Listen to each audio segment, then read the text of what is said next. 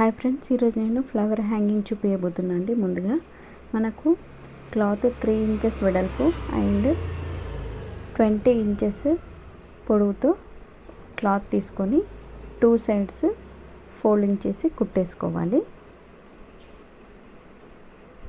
తర్వాత ఇప్పుడు ఈ క్లాత్ని సగానికి ఫోల్డ్ చేసి ఒక కుట్టు వేసుకోవాలి. ఈ విధంగా కుట్టు వేసుకున్న తర్వాత ఉల్టా తీయాలి.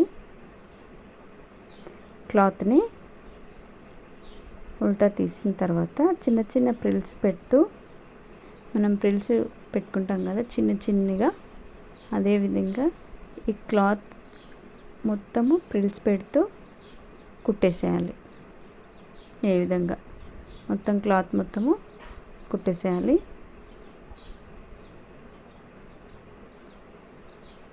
కుట్టడం అయిన తర్వాత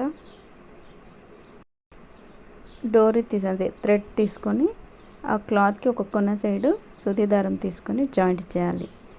దాన్ని చుడుతూ మధ్యలో దారంతో అటాచ్ చేస్తూ ఉండాలి. ఎందుకంటే రౌండ్ చుడుతున్నాం కాబట్టి అది ఊడిపోయే ఛాన్సెస్ ఎక్కువగా ఉంటుంది. అందుకని చుడుతూ ఆ థ్రెడ్కి అయితే మనము కుట్టాలి. మనం ఏదైతే తయారు చేసామో ప్రిల్స్ది ఈ విధంగా కుట్టేసిన తర్వాత చూసారు కదా, ఇప్పుడు ఫ్లవర్ అనేది వచ్చేసింది. ఇప్పుడు మనకు ఫినిషింగ్ ఇది ఇలా అయినా బాగుంటుంది. మనం ఇంకొంచెం బాగుండాలంటే వెనకకి మీకు ఇష్టం ఉన్న కలర్, దానికి ఆపోజిట్ కలర్ కానీ మీకు ఏది ఇష్టమైతే ఆ ఇష్టం ఉన్న కలర్ మనం ట్రయాంగిల్ షేప్ కుడతాం కదా, ఈ విధంగా కాడలాగా కుట్టేసినట్టయితే మనం ఎంతో అద్భుతమైన అందమైన లట్కన్ అయితే రెడీ అయిపోయిందండి.